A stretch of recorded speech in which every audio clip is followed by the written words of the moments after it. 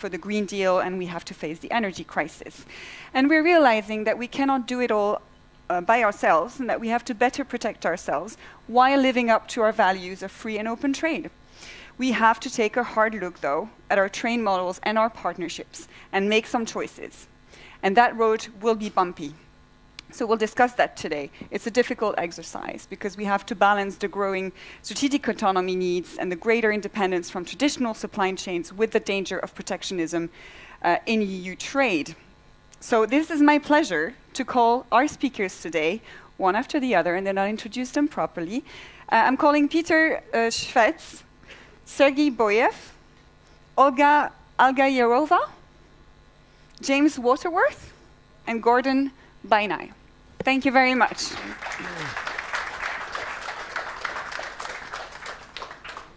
My papers. Oh, yes. So I'd like to start perhaps with you, Peter. You're the State Secretary of Economy of the Slovak Republic.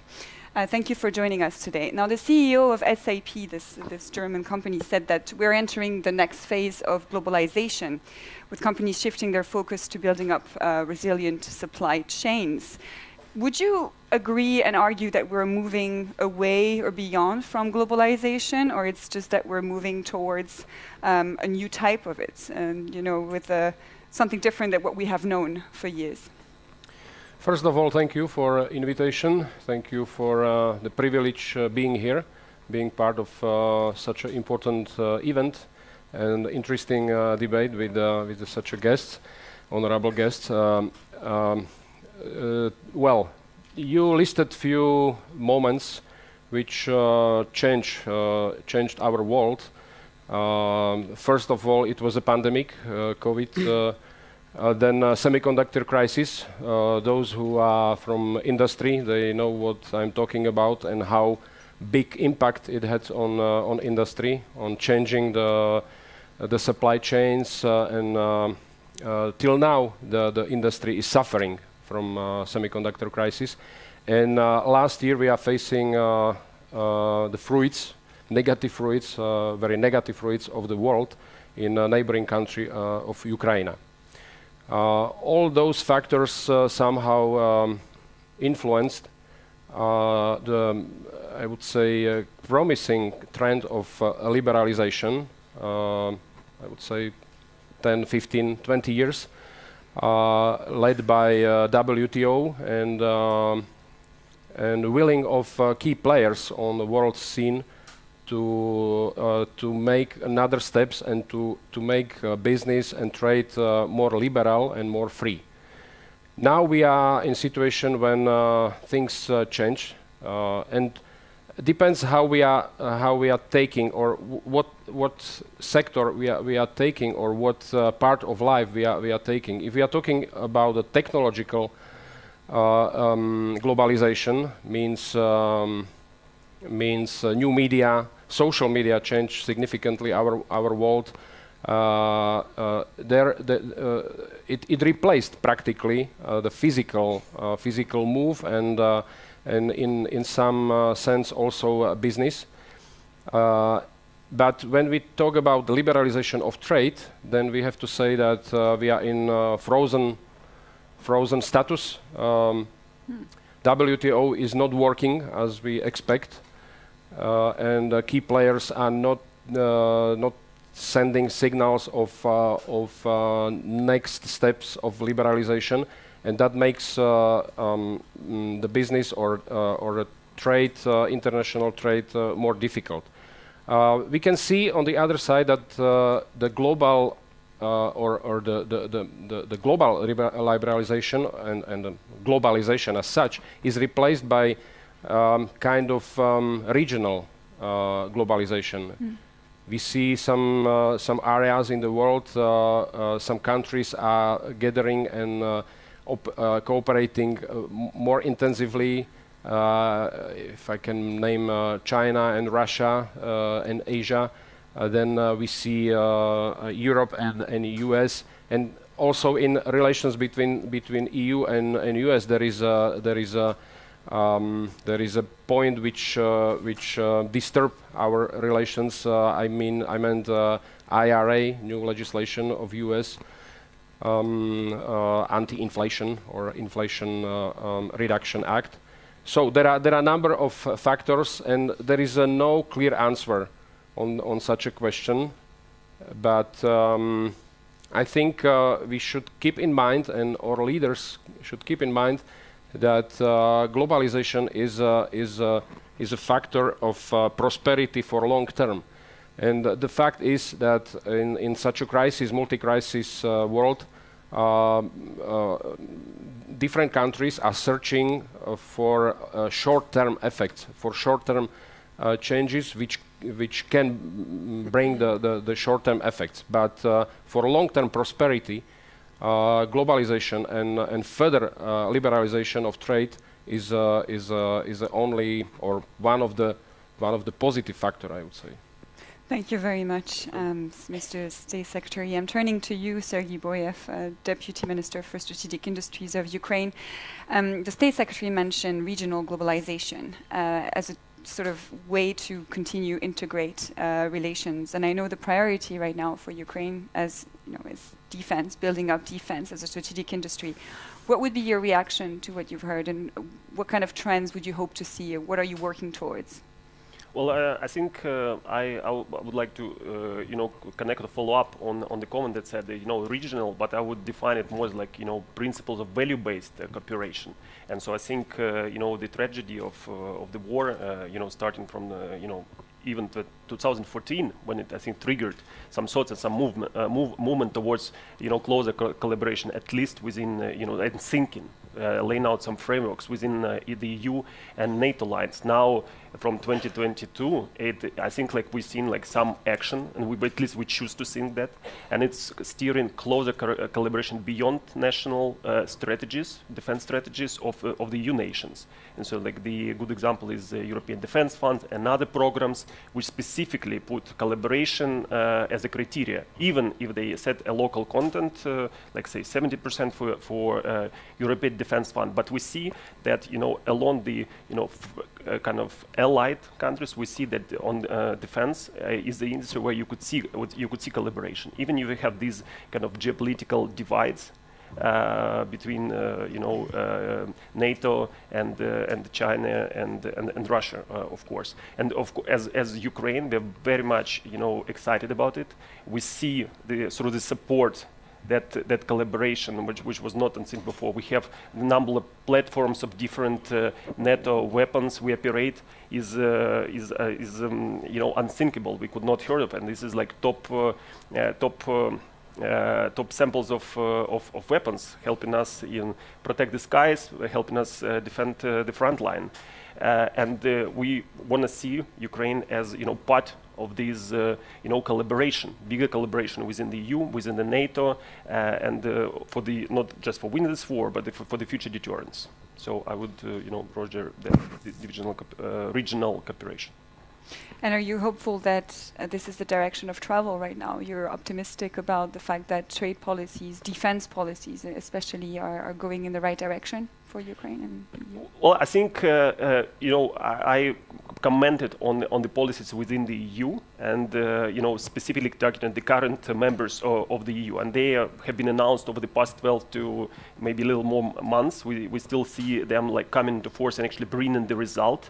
But I think from the Ukrainian perspective, we are very much encouraged by the level of interest from the European, from the US companies, from other allied companies to come and actually localize production, so make Ukraine part of this, military industrial base of the West. And I think that's, the practical side or practical, part of generally, the overall solution of how to get, the collaboration. And the countries who share the same values and principles closer in times of this protectionism, global way of protectionism in other industries. Thank you very much, Minister. Turning to you, Olga Algayerová, You're the Executive Secretary of the United Nations Economic Commission for Europe. I'd like to ask you perhaps to react to what you've just heard, and also if you agree with the trends that were discussed, and perhaps if you can specify some sectors that that are showing a trend maybe more towards protectionism or towards more openness, and whether this comes from particularly some countries or regions more than others. Thank you. Good morning, everybody. Thank you for inviting United Nations Economic Commission for Europe and me on its behalf to be here in this distinguished panel. We had yesterday a similar discussion on critical raw materials and speaking about protectionism versus liberalization or free and open trade. And we had some conclusions, so let's see what we get here today. Speaking about the geographical coverage of the UNECE, it's called for Europe, but it covers 56 countries. It means all the EU, the eastern part up till Central Asia, including the United States and Canada and Turkey, Israel. So it's exactly the region where we might speak about the issue that we have right now. So the COVID-19, the war, by the way, my sympathies with the people of Ukraine, brought the international community or regional international community towards more serious considerations on resilience of economies. And that resilience is many times conflicting with efficiency, because if we introduce any protectionistic measures, it leads many times to inefficiency. So inefficiencies lead to many times to increased costs, so it leads to inflation. And this is what we see today on food, energy, rising prices, inflation, financial markets, so this is unfortunately what's happening. Then, of course, we have much more threats, the triple planetary crisis, including climate change. So we had recently, or in December, COP27, where we spoke on this global warming and climate change threat. And we see that the result of it was this damage and loss fund that was established. So it shows us all that we cannot create separated or isolated aisles of sustainability. It is really naive to think that we can push the consequences of our behavior on the others, because these environmental assets or our planet, is a global common goods that is necessary for all of us to cooperate together and to divide or distribute the burden of our activities. So now we speak about Sustainable Development Goal 12, what is sustainable production and consumption, and UNECE has done a lot of work on circular economy. It's more responsible use of natural resources and to make the linearly growing use of natural resources from the planet to be more circular.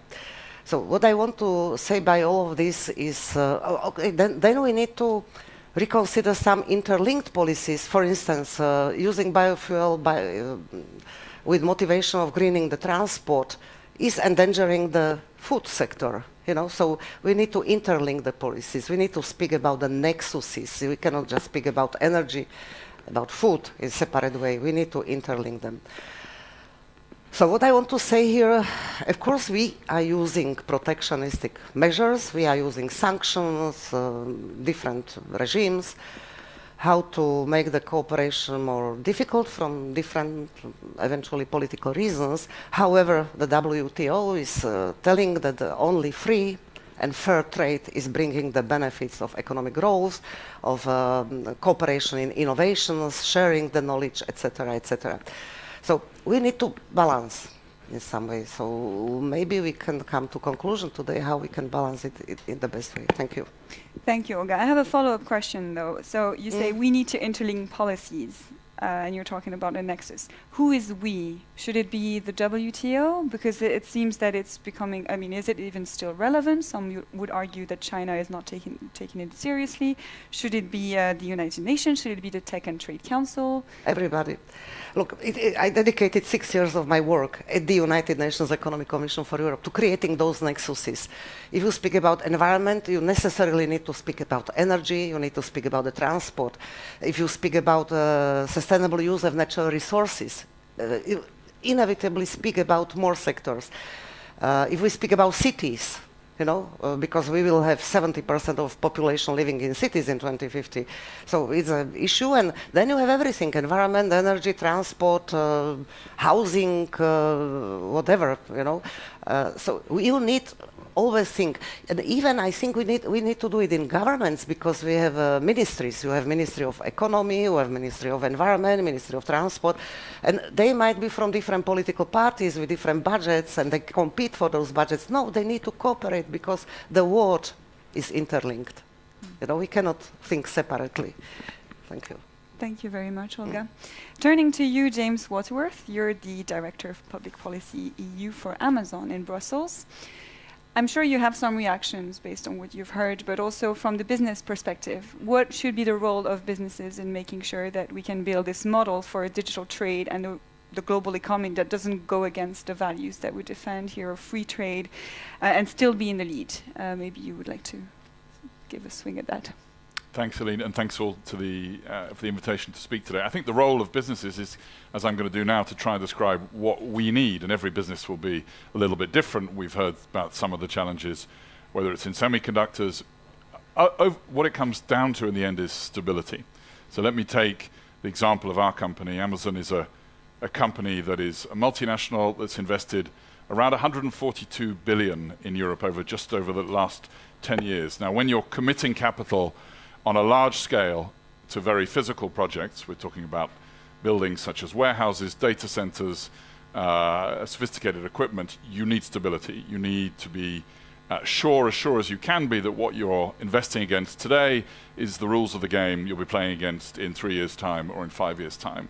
And any sense, because the world would be fragmenting into different things, would not be coordinated regionally or across policy areas, creates doubt about whether that stability is going to be there. So we are very keen to see classic, perennial measures such as inside the European Union, the single market working in a non-fragmented way.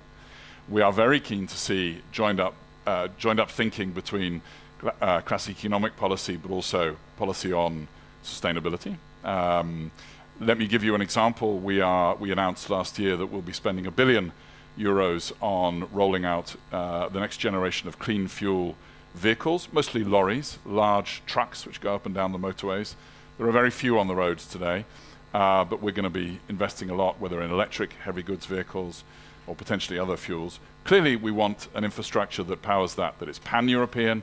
No good if a lorry can get to the border of Austria and Slovakia and needs to stop there. It needs to be cross-frontier, and we need to have a stable regime which allows for that, and hopefully across the border into other countries as well. And so that would be a good example of where policy areas overlap. And the final thing I'll say is on this question of autonomy versus resilience, we certainly believe that we have a very strong role to play in making Europe more resilient, whether that's economically, by providing leading-edge technology and investment, opportunity for small businesses, whether that's in terms of energy. We're the world's largest purchaser of renewable energy, corporate purchaser of renewable energy, so we're trying to increase the overall supply of energy, not just renewable energy, but energy in general. So we should look at like-minded countries, the European Union, Canada, Japan, the US, as systemic allies. In the long term, they're systemic allies, and we need to find a way to make sure that the rules and the cooperation between these, whether it be for security purposes or economic purposes, which is, of course, where we have our primary interest, function in a way which is to the long-term good of all. Thank you, James. But through which channels would you recommend that we go about that? You know, you mentioned the US, and you name-check some countries, but first follow-up question would be through which channels or organizations, perhaps. And you mentioned also the EU single market and regulations, and I'm wondering what you think of, you know, the extent to which these regulations can be helpful, because there is indeed sometimes some might argue that regulatory approaches can differ also between partners, not just within the EU, and that creates a global patchwork of rules that can be problematic. And I was wondering if you had a reaction to that, and to what extent can regulation be actually an appropriate response to the trends of protectionism that we might identify? Regulation, when we look at the European single market, can be a way of creating scale. You create the same rules everywhere, you create scale, which is attractive as an investment proposition. How we do this and where we do this, there will be no one simple answer. It's going to be multiple fora. It's going to be supranational organizations like the EU as well as national governments. It's going to require cooperation, whether through the UN, through the OECD, through things like the Trade and Technology Council, which the EU and the US have got going. So there will be multiple forums. That's the nature of democracy. That's the nature of dialogue. So we'll need to make sure that rulemaking in one region, there is an appropriate forum for comparing it with rulemaking with our systemic allies to avoid unnecessary problems. They will never have the same rules, but to avoid unnecessary problems. Okay, thank you very much, James. Turning to you, Gordon Bajnai, you're chairman of the advisor board and global head of infrastructure for Campbell Lutyens, and vice chairman of the GLOBSEC board of director. And I mean, it's never easy to be last. You probably want to react on a few things, but perhaps going back to the question that I first mentioned, this new global economic context, how would you see it? What kind of direction is it taking in your view? And what would be the right moves that Europe, Ukraine, the United States, and other partners could make? Well, thank you. I think your initial question was, is this the end of globalization? And I think it's too early to say. What we see from the global numbers that globalization has materially slowed down but hasn't turned back in terms of expansion of trade. But is this the right thing to measure globalization by trade? I don't think it is right anymore. Trade is just one factor of many. The good periods, James, you were talking about stable periods are good for business and expansion. So the best periods of globalization in history were stable periods. Big empires, the Roman Empire, or the last peak of globalization was probably the British Empire before the First World War. And there was a huge collapse in globalization following the First World War for many years. So the real question is, what helps globalization is stability, and what hurts globalization is geopolitical instability.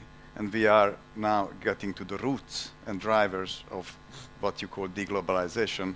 It's geopolitical competition. There is no unipolar world anymore with the emergence of China and other powers. There is a great power competition back. That is forcing politicians to try and the dominant power trying to keep its hegemonistic position, the United States, the emerging power, China, to challenge that. And that means they are competing in many fronts. One front is trade. Trade is the least important from some other factors because the US GDP is around 12% for exports. Mm-hmm. China is around 17, 18%, but diminishing in the total GDP. So there are other more important factors. The most important factor is technology. As we see in the Ukraine war and many other places, technology is the key. Whoever wants to control the 21st century has to control the leading technologies. AI is a lot talked about, but there are many others. And that competition is undecided between these two hegemonistic powers. Europe is a bit behind, but not completely lost. The third factor of globalization is finance. The US owning the world's reserve currency, the dollar, has a dominant power, and China has difficulties in challenging it because China doesn't want and cannot open its capital markets because it would bring inflation, as you mentioned, Olga, and that could destabilize the Chinese political regime. So the US dollar is one of the key factors of competition and the key driver of globalization, but there are more and more indications. Saudi Arabia having, or Russia having a direct deal with China, clearing in away from the dollars. And then military technology is a huge question, as he mentioned. And we see how, in real life, what a huge difference there is between military technology, between the two perceived leaders in military power. And then let me raise the last and probably the most important factor in this kind of competition, and that's the ability to build alliances. China has been very weak in that historically. They don't really have strategic and value-based allies. Now they are trying to get Russia into their sphere, but that's a very uneven relationship. The US has been traditionally very strong in building alliances. It went down a bit during the Trump administration. The Biden administration is building it back, but everybody is looking at 2024 and beyond that. But alliances are needed for global hegemony. And in that respect, one of the clear directions of the new globalizationist trend is friendshoring. We haven't mentioned this word so far. Is you put your production, your supply chains into countries which are your strategic allies, even if it's more expensive, back to what Olga said about inflation, even if it's more expensive than producing at the cheapest possible place. Instead of just-in-time delivery, it's just-in-case production. Building strategic reserves is inflationary, and that's destabilizing and politically, and we haven't seen the full consequences yet. So rather than protectionism, it would be about friendshoring? Friendshoring, yes, indeed. And you mentioned then the real priority, or the real thing at stake is not trade, but finance, military tech, and tech in general. So I'd like to have perhaps your reaction as State Secretary. Perhaps you also see this, or you agree with what Gordon said, or especially also looking at how member states are behaving. Could you perhaps comment on that? You mean the different priorities, that we shouldn't look at trade as a measure, but more as finance, as tech and military tech, and friendshoring as an indicator or as a promise? I agree.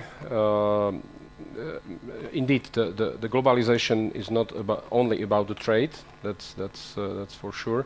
There are many aspects which creates the effect of globalization and positive effects, positive or maybe for someone also negative, but I will maybe point on one issue what was mentioned by Olga when we talk about and which shows importance of liberalization or a different approach or change of approach is critical raw materials, which are essential for transformation, green and digital transformation, which is a top issue of nowadays world, especially in Europe.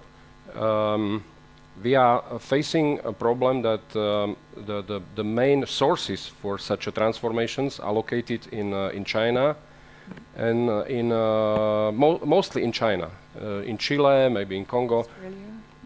Yeah. So in some concrete parts of the world where the regimes, political regimes, are not so, I would say, free or so friendly, or so so liberal. And what is the solution for that? Because we, by transforming our economy on digital and electric mobility and all these factors, we have to find some way how to avoid another dependence, because we have a bad experience with energetic dependence on Russia. So it's a crisis of last 2 years, 3 years, or 2 years, I would say, since 2021. And we would not. I think we should avoid to repeat mistake of our past. And one of the solution or one of the way how to diversify or how to improve diversification is, on the contrary, to speed up negotiation about the free trade agreements with the countries like Australia, like Chile, like Indonesia and other countries where those resources are located, to have range of resources much higher or bigger than to be dependent on China. So this is what I wanted to mention as a one of the signal, or how to treat with the measures of liberalization, how to improve our or avoid dependency, and to improve our diversification for the future. Thank you. I think it'll be a tricky road, because right now the TTC is meeting in Sweden, and there were talks of a critical raw materials pact, but it's a bit stalled at the moment. And also, I mean, maybe this is for another day, but all these policies will also have some costs on people. I mean, if you want to reshore certain things and exploit materials on our territories, that's also going to be a little difficult. I wanted to just briefly because I saw there was a poll at some point, it's gone, but I think it's 90% of the audience believes that we're moving more towards protectionism. So that's quite a more realistic. Yeah, do you agree that the world is moving more towards protectionist policies? So this is most of us here agree. Right. And then I wanted to go to this question that I've seen, or maybe we can. Oh yes. Perhaps one of you would like to react to this question. How will value-based globalization look like? Who will set a list of common values? And if any of you want to also raise your hand, please prepare your question and we'll give you a microphone. Who would like to take this one? Yes, Olga? Exactly. I started to speak about the common global goods, that is environment, like clean air. You know, you cannot have a frontiers, you cannot have friendshoring, you cannot have political blocks, you know, it doesn't have frontiers, it belongs to everyone. So it's our common responsibility to take care of. And here I come to the regulation. Exactly, I agree with James, he told, depends how and when and with what means we are doing that. And this is exactly multilateral diplomacy or cooperation. For instance, we are hosting 72 conventions, multilateral conventions. We have Air Convention, Water Convention, Industrial Accidents Convention, very known Aarhus, the most democratic tool I ever heard. ESPO Convention, then we have 60 of them, I will not name them, on transport. But how these conventions, you get the years of negotiation of everybody, you take everyone on board until you find consensus. And then you have the convention that is agreed and consensual by everyone, and then you have a regulation. You know, democratic regulation. And then, you know, for instance, on use of natural resources, we have framework classification where we use, because you tell today circular economy, nobody knows what you understand, because, or hydrogen, okay, green hydrogen, but you have 14 colors of those hydrogens. So this taxonomy must be regulated so that everybody understands in the same harmonized way what is it we are doing. So, and this is for me, you know, the common values we need to approach by multilateral diplomacy, multilateral cooperation, multilateral agreements, conventions if possible. Then on, we cannot measure, of course, by trade, but even GDP is not today enough. GDP plus, we are speaking about GDP plus, and to take into consideration this ESG, environmental, social governance considerations. I will not elaborate on that. So I will stop here. Cooperation is the key. Thank you. And no one left behind. That's the motto. Thank you, Olga. James, I think you I just wanted to react on that because I completely agree on the long term.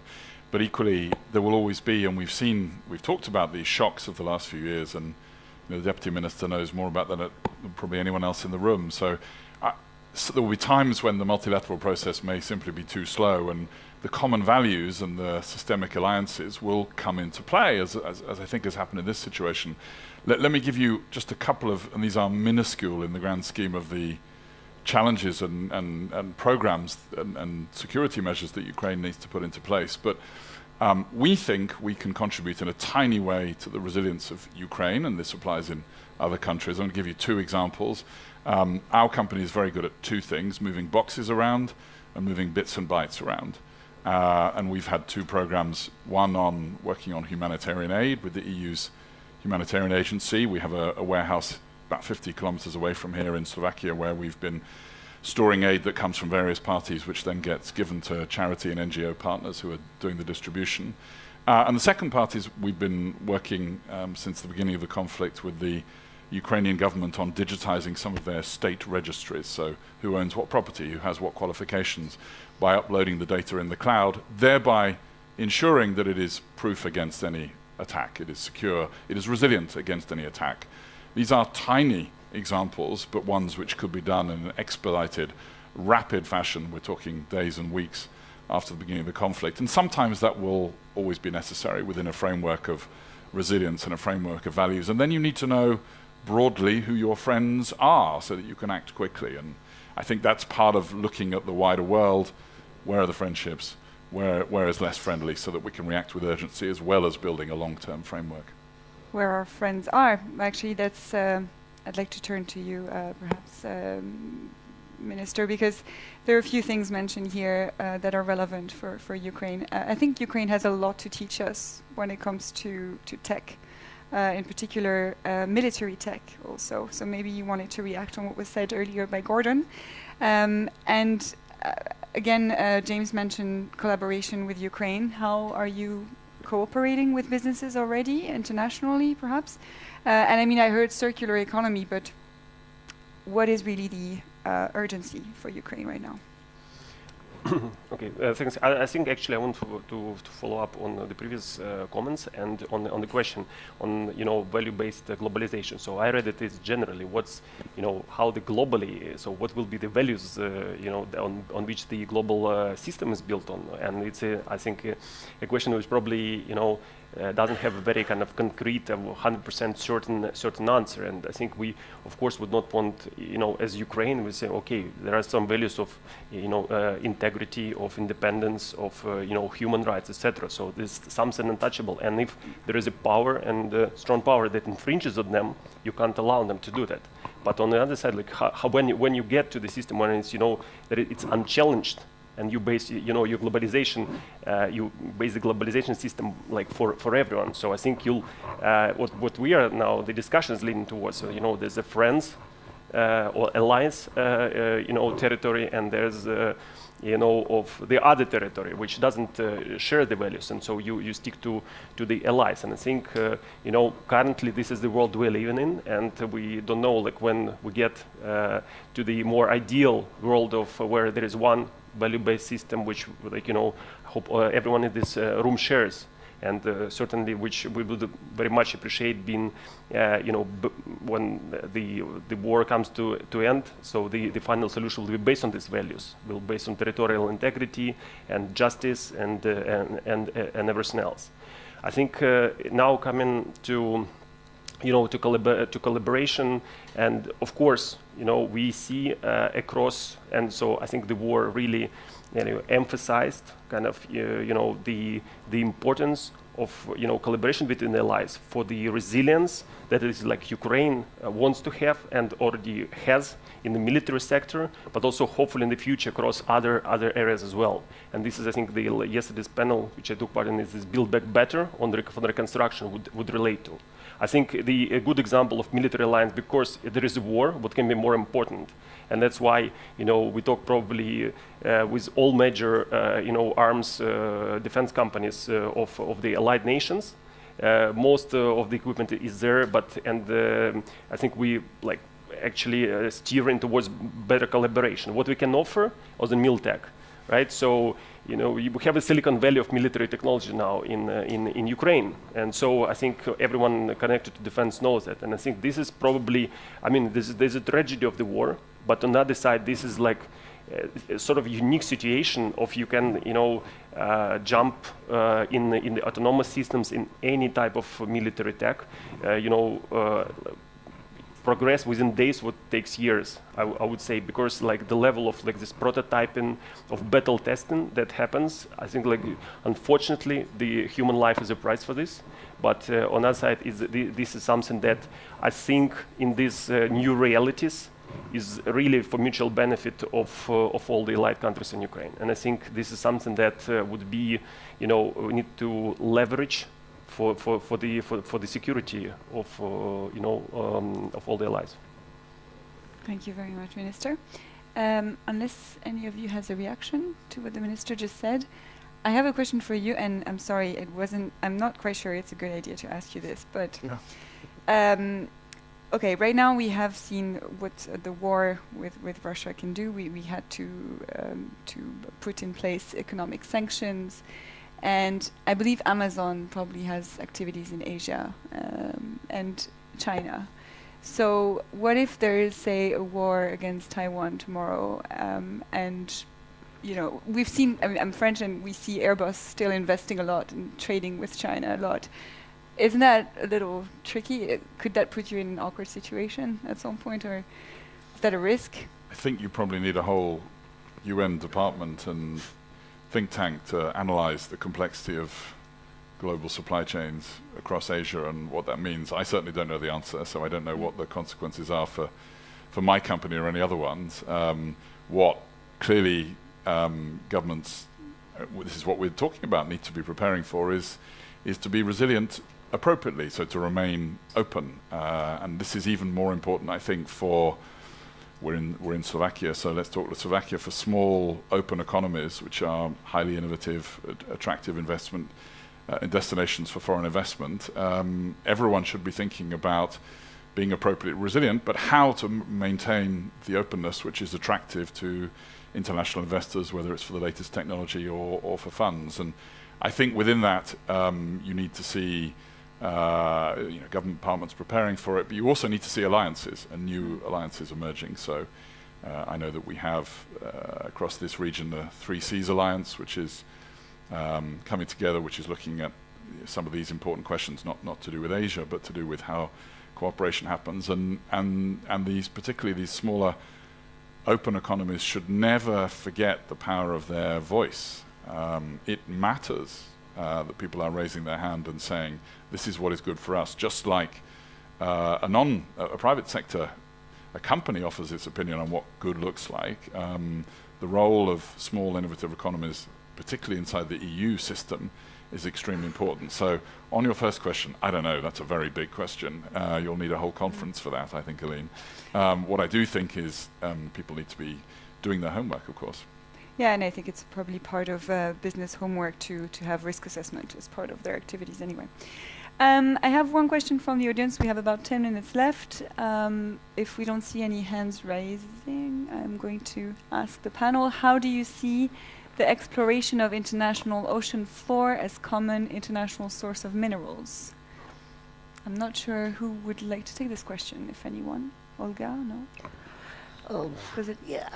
We were speaking about that. The ocean is not really our mandate, because we are Economic Commission for Europe, and we deal with, for instance, inland transport, no oceans, we don't have maritime, but and this environmental environmental agenda on oceans is with United Nations Economic Environmental Program. But yes, we had discussion that somewhere, because yesterday discussion on critical raw materials, they are so important for energy transition. We cannot do it without them, and we don't have enough of them. So we need to find a global response, how to find them to make the energy transition possible, to decarbonize and to come to net zero emissions. So, we had a discussion that somewhere 4,000 meters below the sea level were discovered all of those critical raw materials for insufficient quantity for the world to make energy transition and zero net emissions and decarbonization of the industries. So we just need to take them if they are there. But it's really poor speculation at the moment. Of course, it's again common global goods, doesn't belong to anybody, and we need to deal with them in a responsible way, again, efficiently and diligently. Thank you. If I may, it's really interesting topic, I would say, and maybe for scientists to give us this answer. But there is always question of initial investment for such for such exploration of resources from the oceans, for example.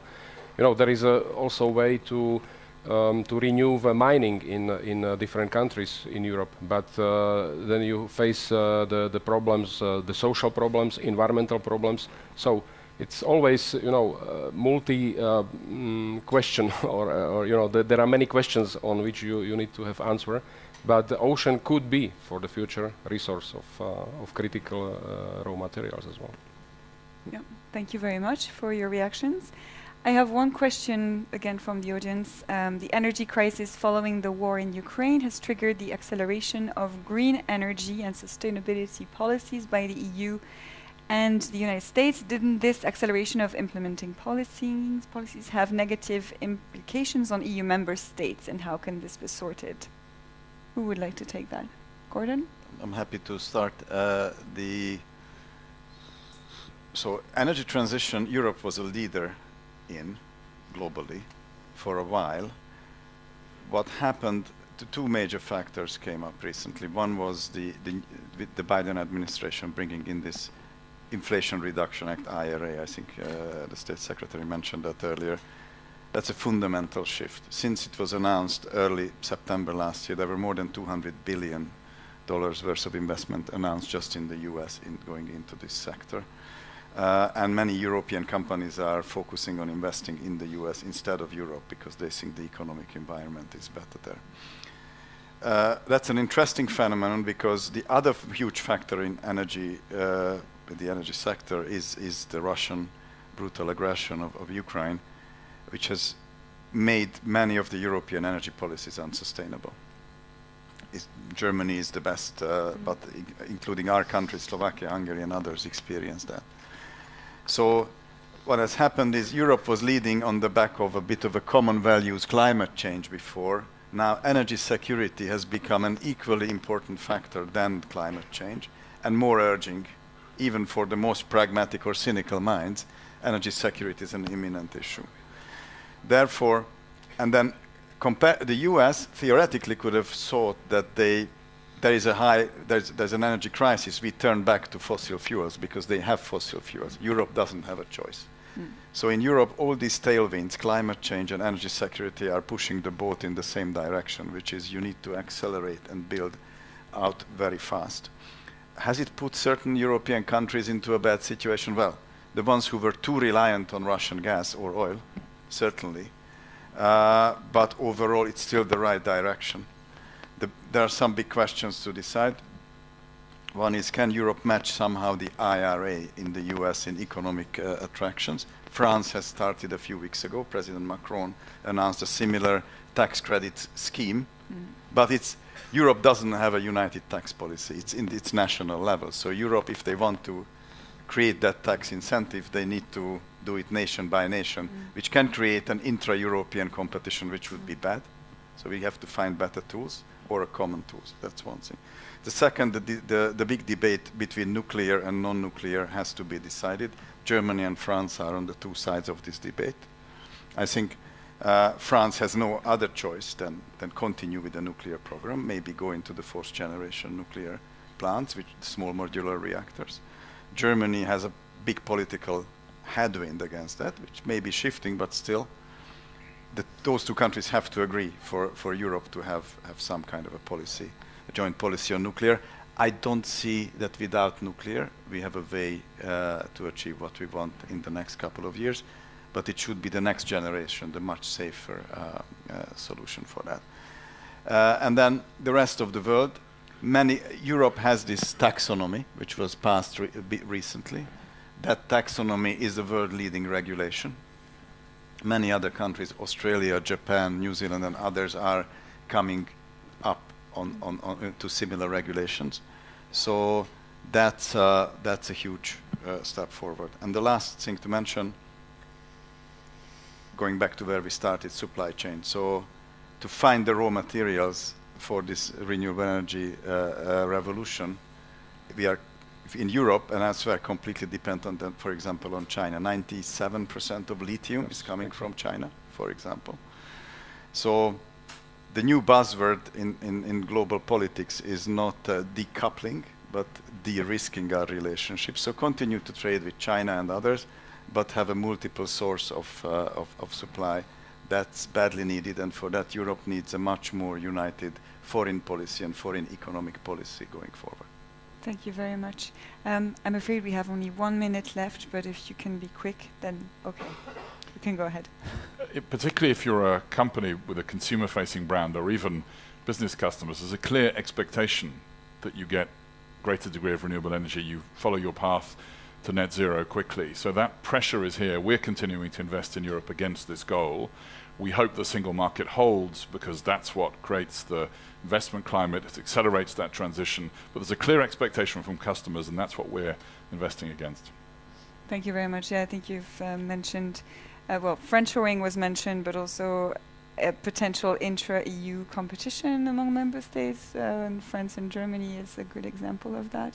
So I'd like to thank you all very, very much for all your insights. There was never enough time to discuss such topics.